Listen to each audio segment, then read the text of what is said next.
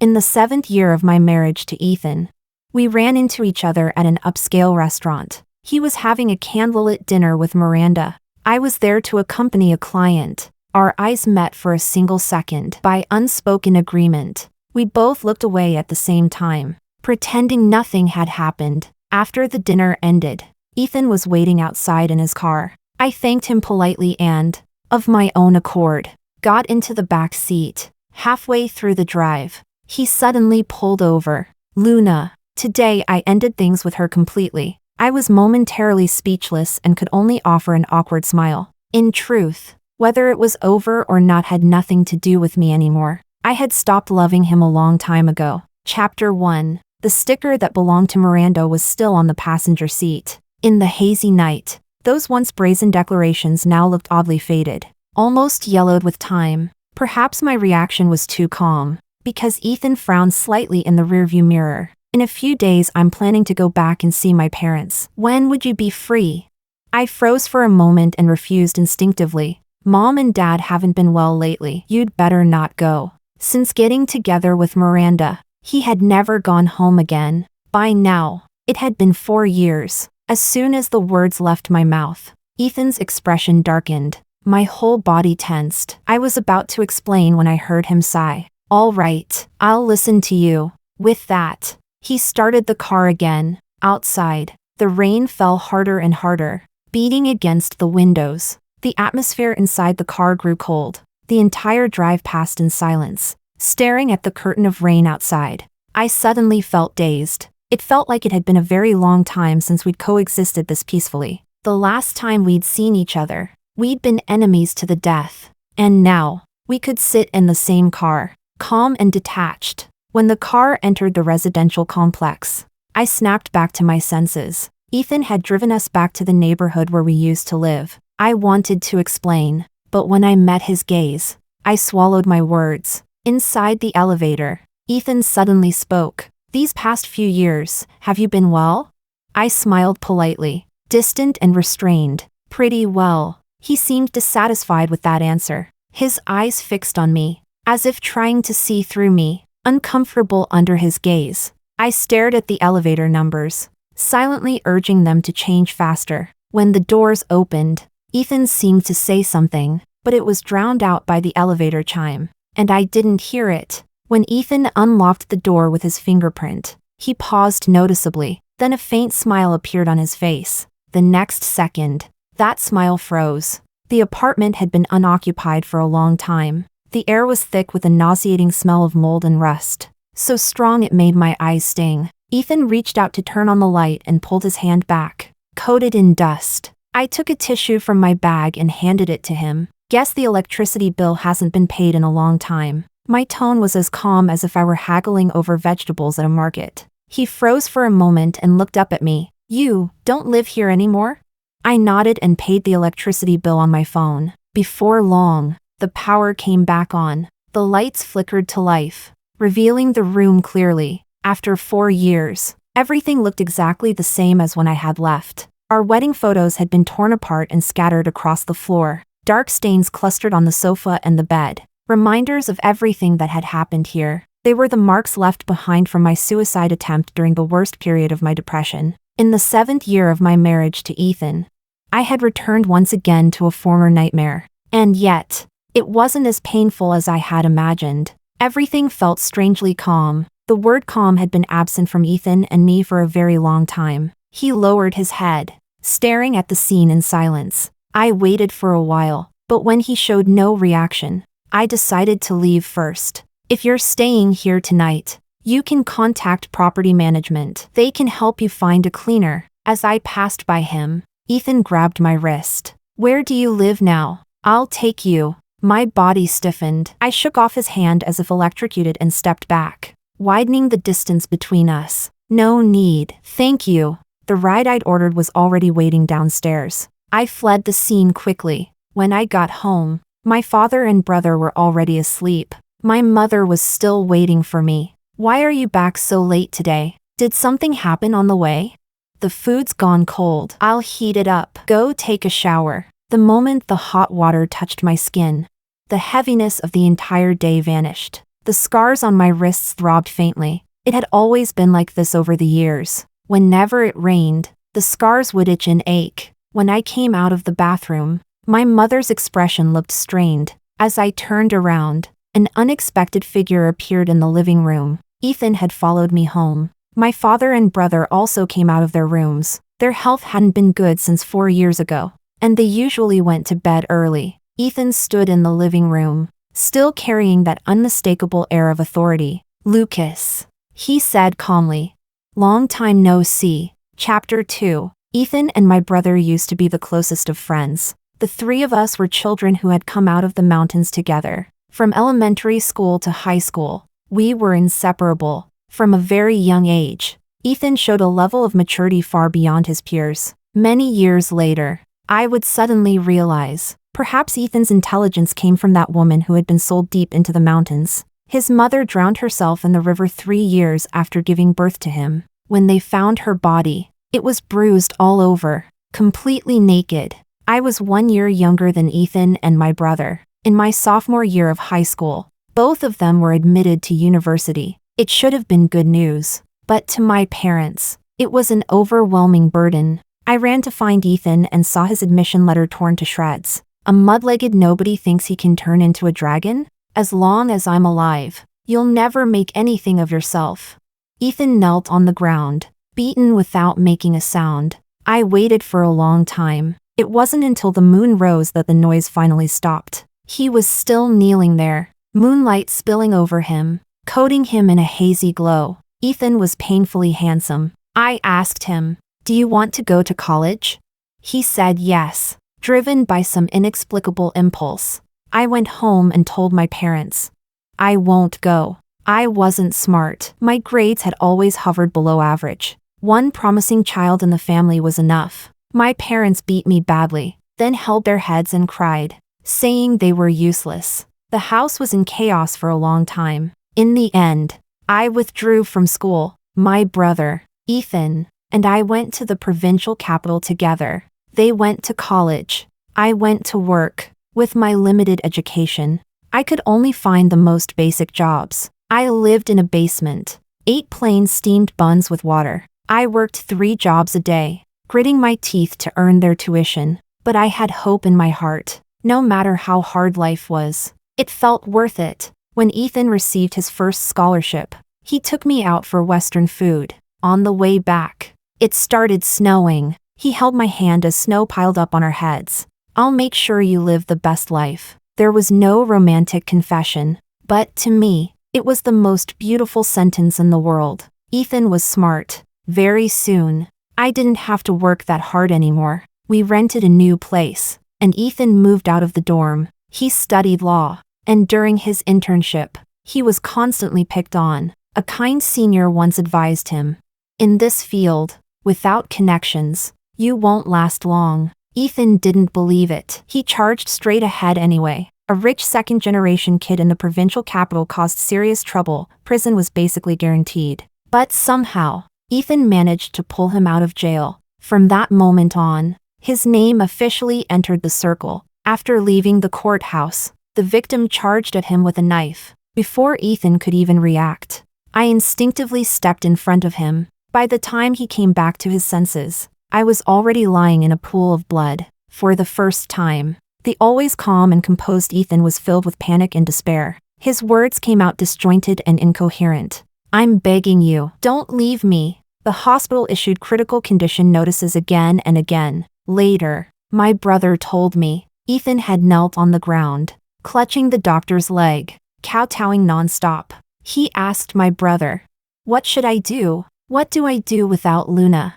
Ethan knelt there the entire night. When I woke up, his tears poured out like they cost nothing. After that, he had nightmares every night. He would wake up holding me tightly, crying uncontrollably. Thank goodness you're still here." Back then, his love for me was real. But later, his hatred for me was real too. Chapter 3. Facing Ethan once again, my brother's eyes were still filled with hatred. "What do you want now? If you dare touch Luna again, then at worst our whole family will die with you."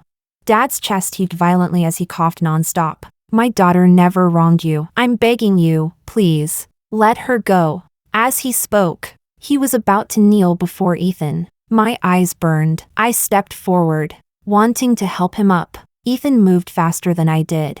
I didn't come to do anything, he said. I just want to make it up to her. His voice was as cold and distant as ever. Mom's eyes were red as she stood in front of me. There's no need. Staying away from her is already the best compensation you can give. She barely survived. Don't come back and her again. Seeing my parents' emotions spiral, I hurriedly pushed Ethan toward the door. Just go.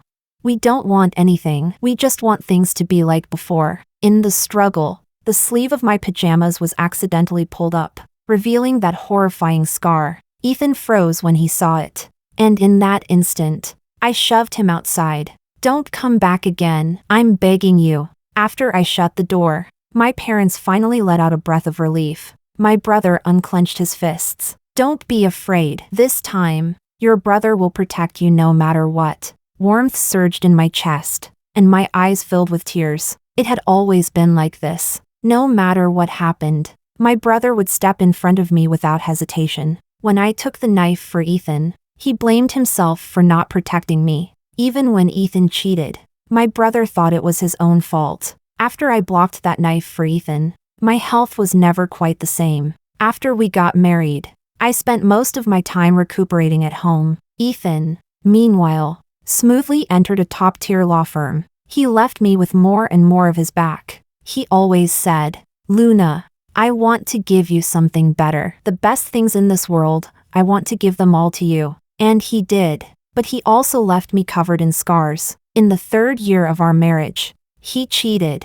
The other woman was his client, a victim in a human trafficking case. Normally, a case like that wouldn't have been important enough for Ethan to take on, but perhaps it reminded him of his mother, so he handled it personally, waiving all legal fees. The first time I saw Miranda, her eyes were hollow, and she rejected anyone's touch, except Ethan's. She probably feels that I can help her, so she let her guard down around me, Ethan said, trying to reassure me. Looking at the girl covered in bruises, I suddenly remembered Ethan's mother had looked the same before she died. I knew he was trying to make up for something, so I didn't interfere with any of his decisions. For a long time after that, no matter how late Miranda called, Ethan would rush to her side immediately. She's mentally unstable. When I'm there, she's much better. It's also good for the case. I felt uncomfortable, but when I saw those hollow eyes filled with despair, my heart softened anyway. Miranda's condition gradually improved. When she was clear-headed, she would hug me and cry uncontrollably. "Sister, if it weren't for you, I really would have died." She knew she had troubled Ethan for a long time and sincerely apologized to me. "When the case is over and I'm better, I'll move to Dolly." She talked about her future, and the despair I saw when we first met was gone from her eyes. And Ethan didn't disappoint her. He successfully sent the traffickers to prison. Miranda said goodbye to me, saying her wish had been fulfilled and that she would soon leave for Dolly. I went to the airport to see her off, but outside the airport, I saw the two of them embracing and kissing. Heavy snow fell, covering them from head to toe. I felt frozen to the bone. In that snowstorm, I was the only one who went mad. Ethan held her tightly in his arms, shielding her face from view. He stood there calmly, letting me scream and break down as everyone watched. "Luna, the one who was wrong was me. You don't need to vent your anger on her." He escorted her into the car and drove away, leaving me collapsed in the snow, like an abandoned stray dog. Chapter 4. After being driven away once, Ethan did not give up. He went to my company, facing such a famous, high-profile lawyer. My boss was visibly nervous. Ethan, however, moved with ease and headed straight for me. "I'm here to talk business. What time do you get off work? I'll wait and leave with you." My coworker's eyes widened. I lowered my head, looking at the documents in my hands, my tone calm and flat. "I take the subway." My refusal meant nothing to Ethan. In the break room, a colleague quietly asked what my relationship with Ethan was. I poured myself a cup of coffee and smiled as I explained. "The legal spouse on the marriage certificate." Before my colleague could react, I added, "But his wife isn't me." That explanation was enough for anyone to understand the situation. Yet the moment the words left my mouth, I saw my coworkers avert their gazes. I turned around. Ethan was standing there, looking at me with a complicated expression. On the way back, he kept glancing at me through the rearview mirror. I turned my head to look out the window and remained silent the entire time. I didn't think there was anything wrong with what I'd said. Once a man's heart changes, he never truly comes back. If he does, it's only because he has no better option. Back then, after having been loved, I couldn't accept the reality that Ethan no longer loved me. I went home and smashed our wedding photos, tore apart everything related to Ethan. I photographed the house, now completely ruined, and sent the pictures to him. Ethan came to see me with Miranda. I can give you the biggest house and the best life, he said.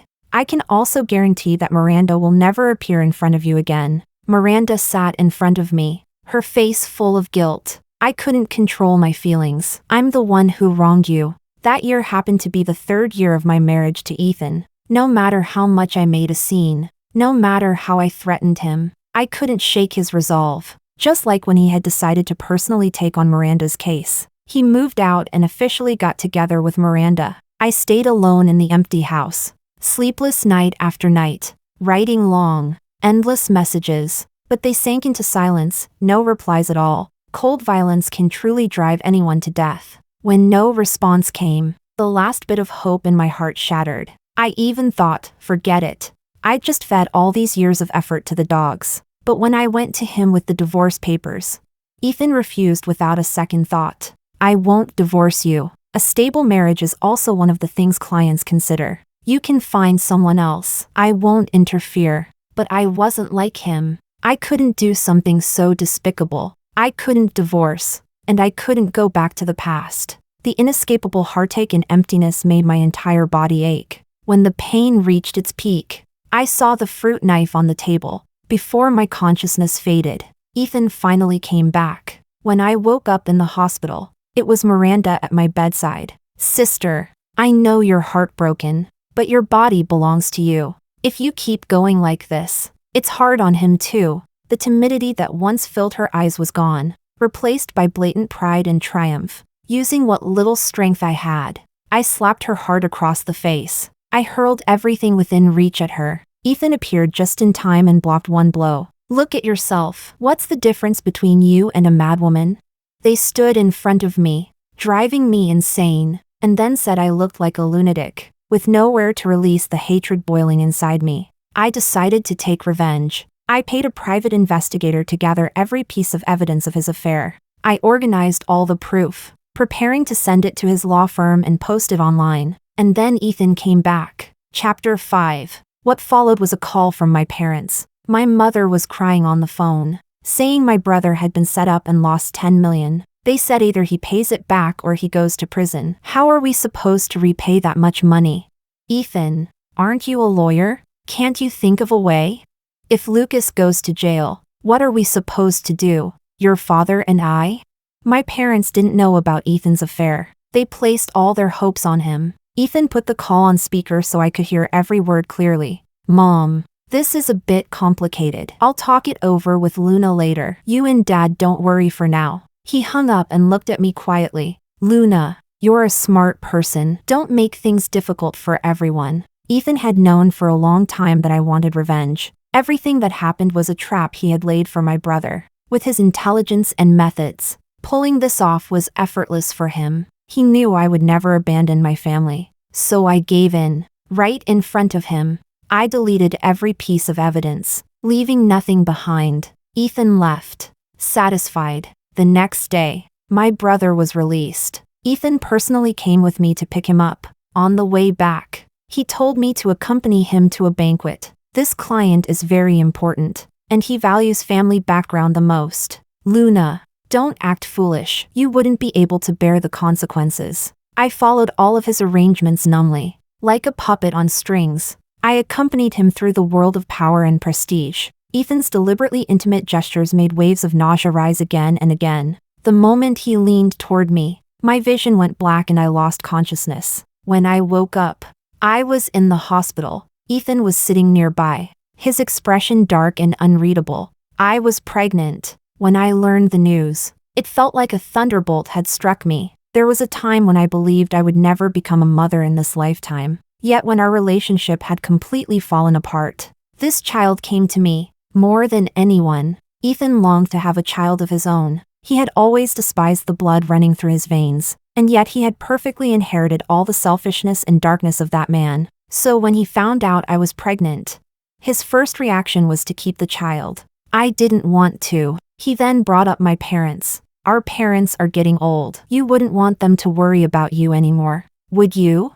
My parents were already elderly, and all I could do was compromise again and again. When I was 5 months pregnant, Ethan moved back in. He said he wanted to personally take care of me and the baby. That decision triggered a sense of crisis in Miranda. She went to find my parents. She told them everything about her relationship with Ethan, without holding anything back. She even revealed the truth about how Ethan had set my brother up back then. At last, my parents learned that something had gone terribly wrong between Ethan and me. When I arrived, my parents were sitting on the couch, their eyes red. My mother hugged me and cried so hard she couldn't speak. My child, you've suffered so much. My brother sat on the floor with his head in his hands, silent. Miranda was kneeling on the ground, begging me to give Ethan back to her. Without him, I really can't go on living. In that instant, the urge to kill flashed through my mind. Like a madwoman, I slapped her hard across the face.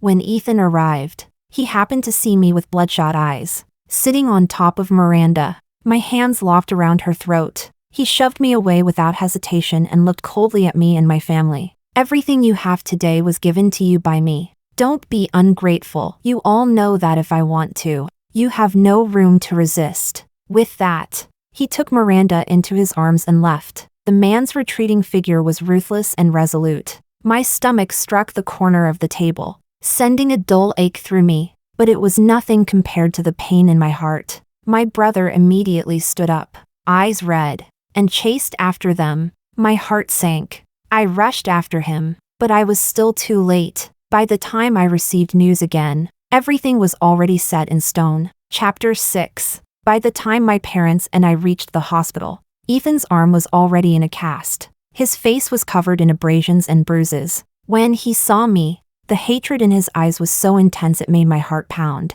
Luna, I will make him die. After learning the truth, my brother was consumed by the desire to avenge me. All that rage turned into pressure on the accelerator, sending his car straight at Ethan and Miranda's. In that moment, he truly wanted Ethan dead, but the outcome did not go the way he wished. At the instant of impact, Ethan instinctively jerked the steering wheel. Miranda was critically injured. Ethan suffered only minor scrapes. My brother was sent straight into the ICU. My parents aged overnight, their hair turning white as they begged Ethan to show mercy. He was utterly unmoved. I knelt on the floor with my swollen belly, bowing again and again. As long as you let him go, I'll do anything. Consider it a debt I owe you. Ethan, I'm begging you. I don't know how long I knelt there, or how many times I struck my head against the floor. I only felt my body growing colder and colder, until I began to tremble uncontrollably. It wasn't until I heard a doctor cry out behind me that I realized.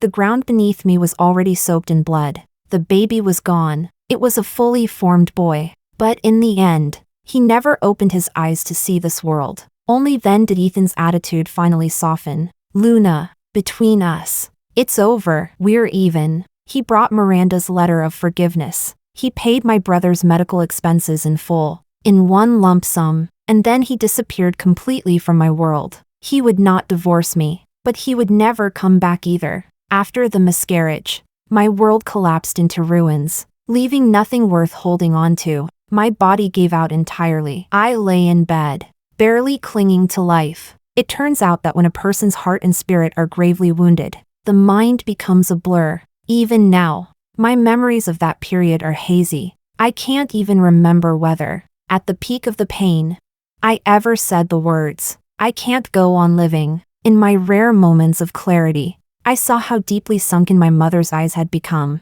I think I probably did say it. My brother was still unconscious. I was half dead myself. My mother cried day after day. to care for me. She didn't dare leave the house even once. At night, she was so afraid of sleeping too deeply that she tied a rope around both her wrist and mine. My father, with his aging body, went out to take on odd jobs. Two people who should have been enjoying their later years were still exhausting themselves for my brother and me. My parents took me to one doctor after another. Everyone said I was suffering from severe depression, difficult to cure. An illness of the heart is the hardest to heal. Those 4 words bent my parents' backs. My mother stayed by my side day and night, never leaving me for a moment. She pushed me outside to sit in the sun. She racked her brain trying to cook food I might like. My father came home exhausted every day after work, yet he would still come sit beside me and talk for a while. No forced emotion, no dramatic speeches,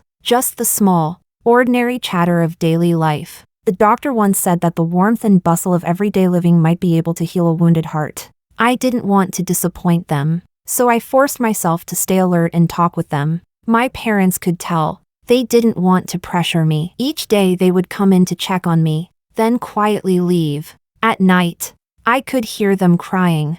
I also knew they blamed themselves for being powerless. One night, I woke up from a nightmare. My mind went completely blank. In the moonlight, I saw my mother curled up at the foot of my bed, still keeping watch over me. I thought I should pull myself together, but I could never escape the shadow of the past. I cried again and again, gathered my courage again, and failed every time. I felt that I truly couldn't hold on anymore. That night, I quietly untied the rope and climbed onto the balcony. The night wind rocked my body, unsteady. Pain screamed through every part of me. As long as I jumped, everything would finally be over. One foot had already stepped out, but I still wanted to look at my mother one last time. When I turned around, I saw her standing behind me, holding a bowl of steaming food. "Child, eat first before you go. No one worries about whether you've gone hungry, unless they are your mother." In the end, I survived. Chapter 7. Ethan's relentless persistence finally exhausted my patience. Downstairs at the company, wrapped in my coat, I asked him calmly, "Ethan, do you want us to go back to how things were before?" His eyes lit up, and he nodded without hesitation. "I do." I smiled, then took a step back. "But I don't, Ethan. You didn't turn back then, and from now on, neither will I." That night, when I came down from the balcony, my mother held me, her whole body trembling. I still had my family. I still had people who loved me. My life shouldn't be so easily thrown away for the sake of one man. I ate that bowl of food and fell asleep in my mother's arms. The pain was still there, but the urge to die was gone. That bowl of food that night became a lifeline in a vast, raging sea. Slowly, I began to regain hope in life. I started eating again. I took the initiative to go outside. I could sit quietly and finish reading an entire book. Half a year later, my brother finally woke up.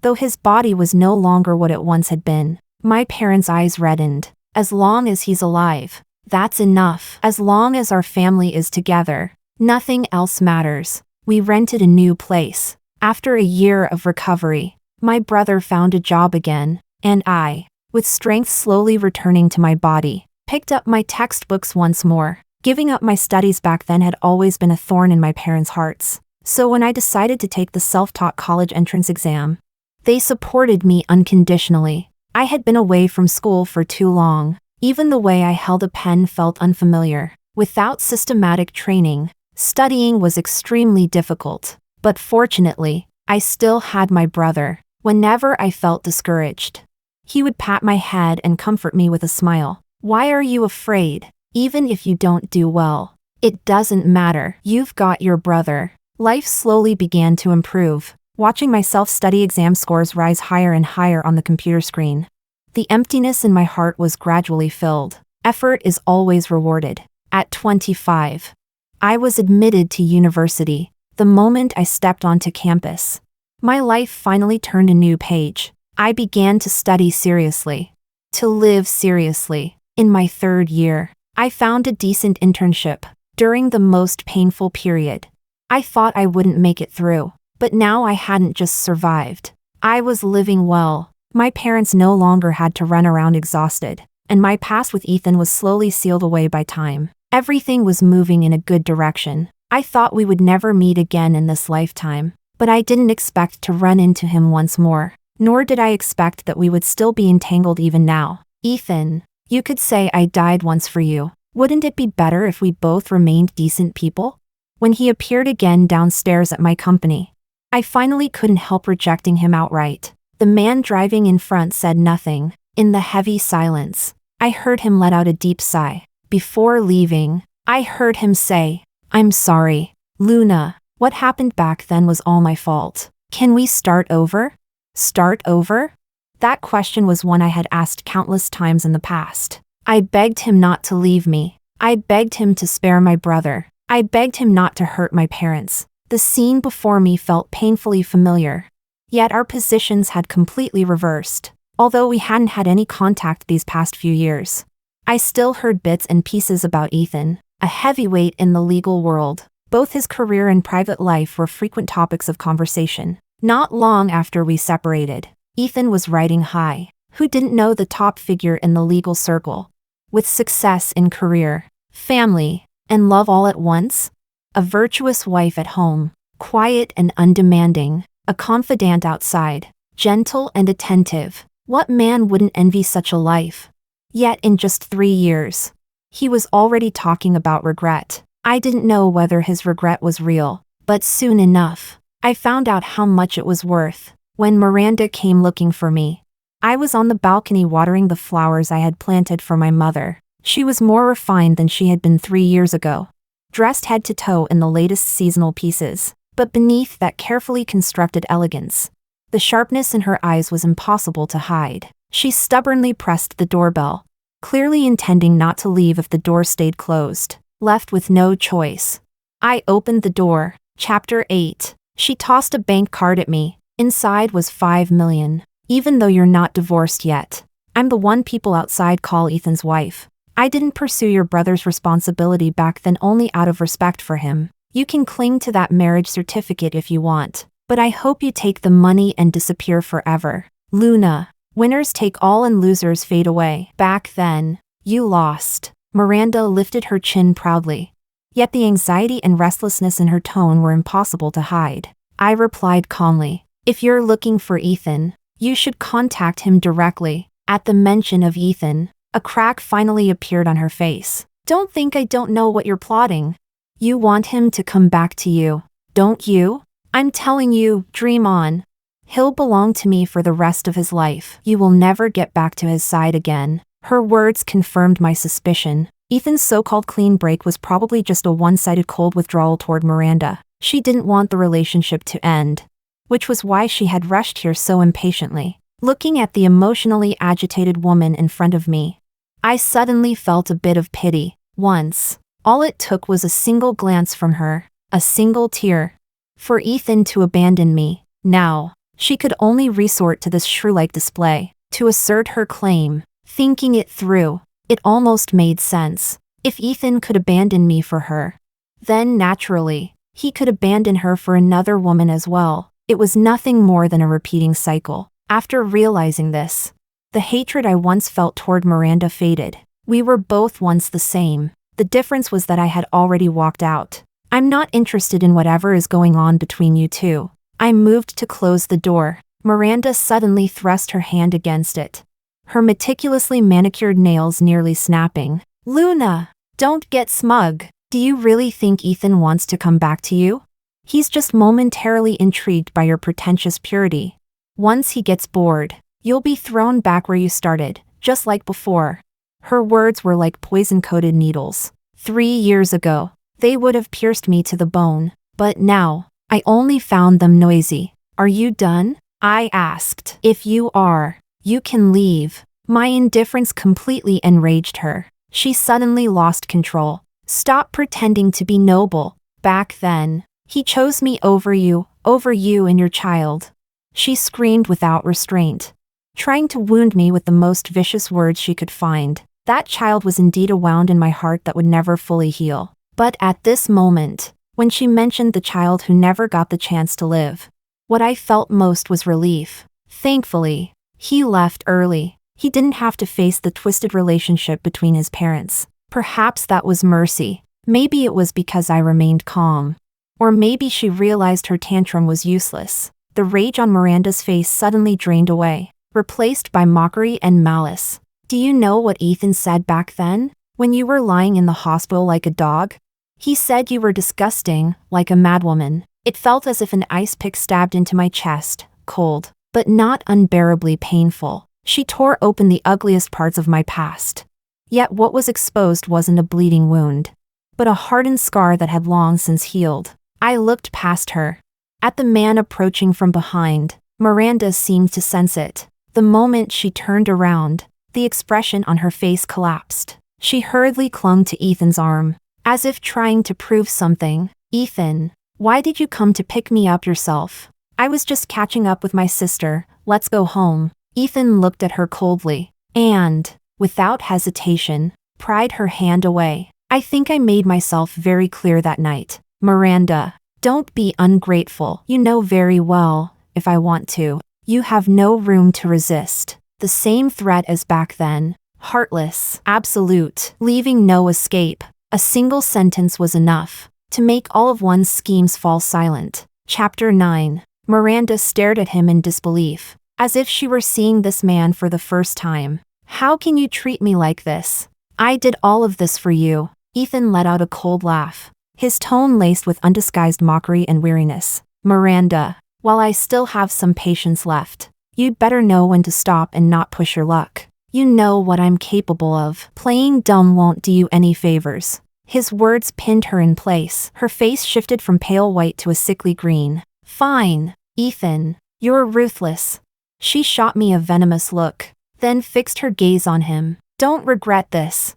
With her heels wobbling, she stumbled into the elevator. The hallway finally fell silent. I stood by the door, like a complete outsider to the entire scene. Ethan rubbed his temples in exhaustion and turned to me, his voice carrying an apologetic note. I'm sorry. I didn't know she'd come here. I promise this will be the last time. What happened back then? I didn't. I no longer needed any explanation from him. I even smiled and interrupted him calmly. Sir, whatever is going on between you and your wife has nothing to do with me. I don't want to know about it, and I don't want to be involved. And please ask both yourself and your wife not to disturb me again. But if you ever decide to get a divorce, feel free to contact me. My indifference left a trace of confusion on Ethan's face. That feeling, like punching cotton, finally made him lose control. He raised a hand to block the door, looking at me with a complicated expression. I know you don't believe me right now, but I'm serious. I've had the house redecorated. It's exactly the same as before. I'll also take care of all the trouble, including her. Just give me another chance. I didn't speak. I simply looked at him quietly. Sometimes, silence is far more effective than any weapon. In that wordless standoff, Ethan went from composed to flustered. And in the end, he fled. See?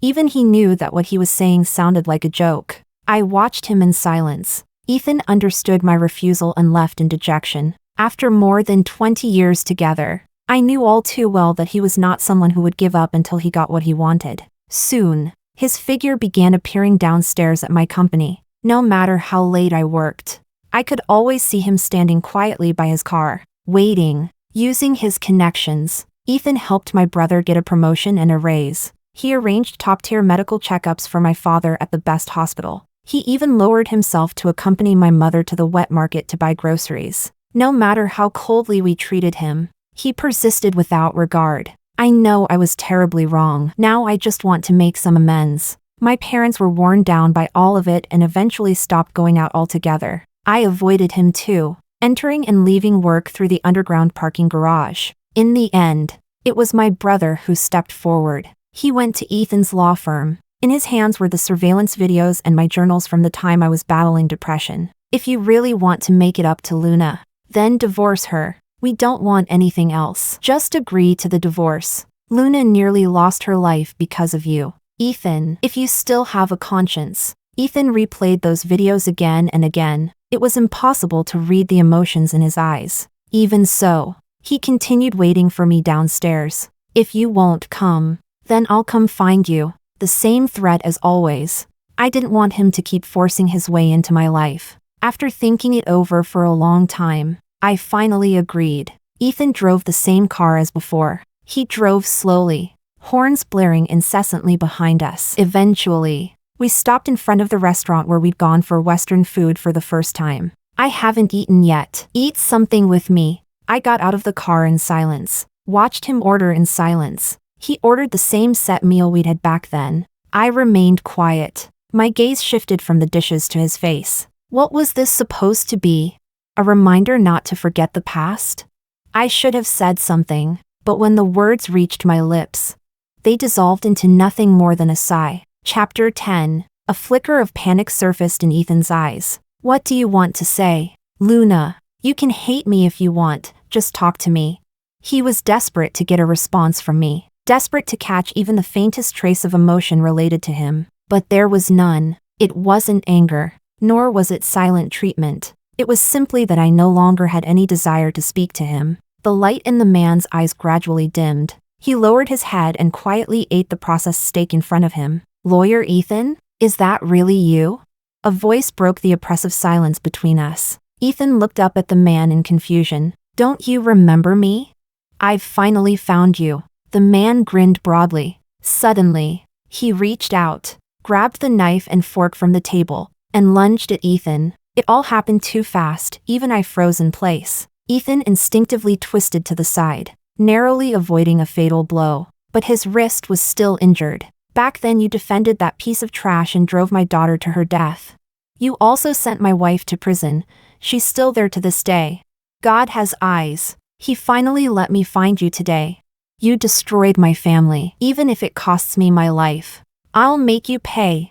The man turned out to be the victim's family member from Ethan's very first case. Because of Ethan, the victim had been pushed to death. The one who stabbed me back then was the victim's mother. She had also been sent to prison by Ethan, and had never been released. For all these years, their family had lived entirely in hatred of Ethan. The man waved the knife and fork wildly, completely unhinged. I immediately retreated behind the crowd to avoid being hurt. Ethan noticed my movement. His gaze paused, there was hurt in it, and also understanding. Mall security arrived quickly, subdued the man, and took him to the police station. After instructing his assistant to handle the aftermath, Ethan drove me home. By the time we were on the road, his wrist had stopped bleeding. I heard his low voice. Back then, did you feel the same as I do now? Did it hurt this much?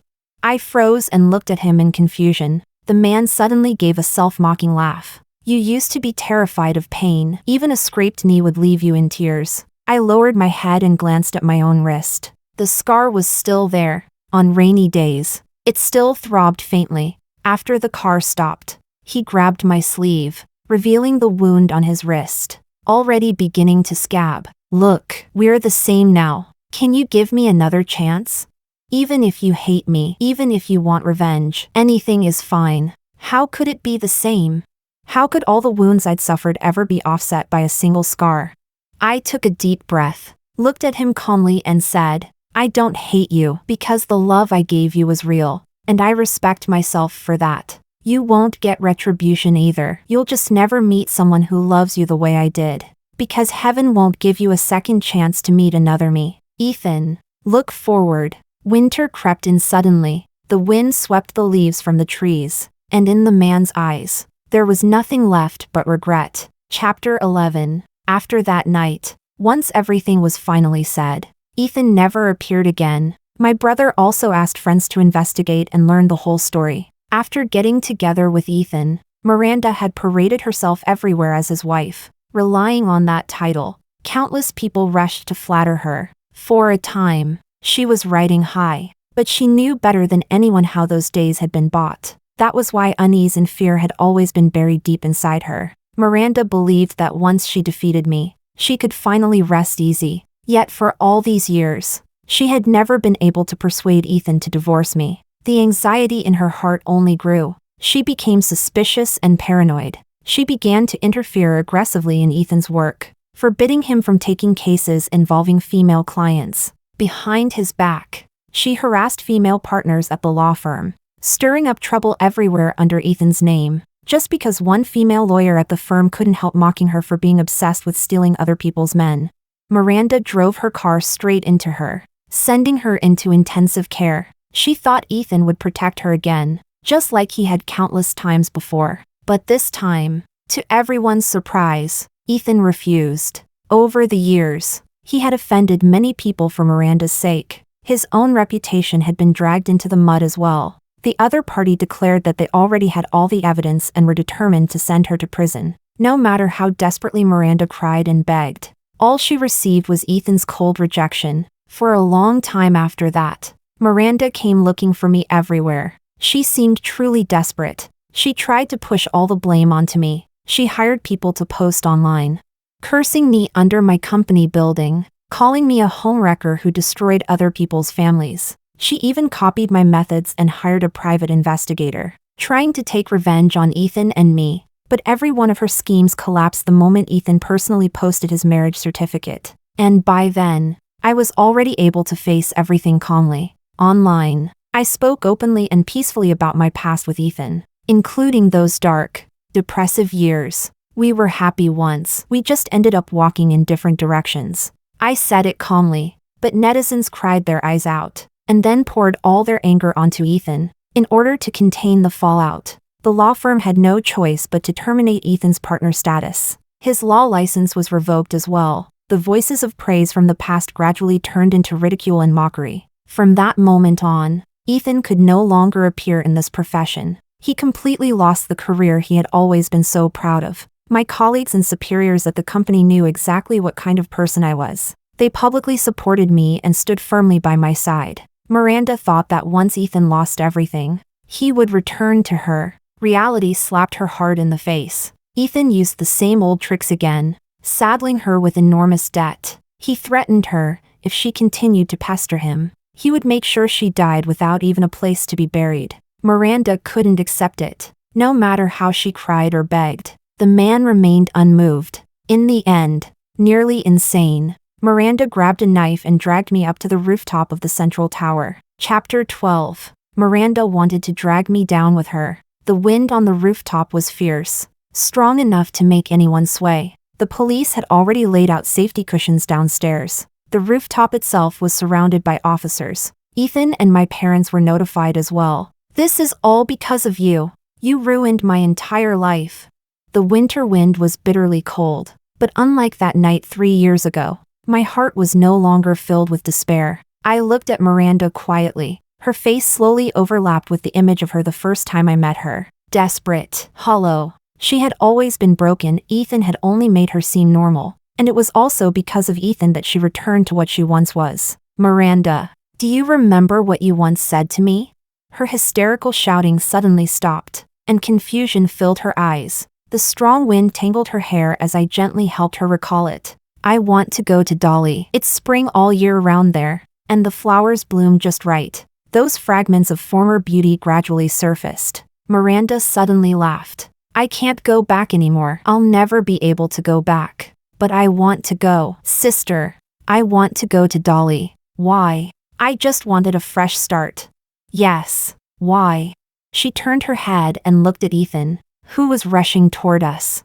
I saw it clearly, in that instant. Her eyes were lucid. I heard her say, "I'm sorry." She let go of me and charged at Ethan, frenziedly swinging the weapon in her hand. Then came a flurry of icy snowflakes, and something warm splashed across my face. A gunshot rang out. Miranda collapsed into the snow. Her body twitched a few times before falling completely still. Ethan was rushed to the hospital, but he had been stabbed multiple times, several wounds hitting vital areas. The doctors were powerless. In the emergency room, he lay on the bed, trying to lift his hand toward me, but he couldn't raise it. Through the oxygen mask, he struggled to breathe. So this is how much it hurt back then. Ethan's eyes gradually lost focus, his breathing growing more and more labored. "Luna. Luna." I stood by his side, watching him quietly, offering no response. As his consciousness slipped away, the last words he spoke were, "Luna, don't forgive him, don't ever meet him again." Ethan thought too highly of himself. "I don't hate him. I simply want to love myself properly. The word forgiveness is too light to erase everything that happened. After Ethan died, I didn't arrange a funeral for him. It was his assistant who came to handle the aftermath. In the end, all of Ethan's belongings were handed over to me. As his legal spouse, I inherited all of his assets, enough for my family and me to live peacefully for the rest of our lives. That marriage certificate finally lost its meaning. The last chain that bound me disappeared along with Ethan. My life, at last, truly began again.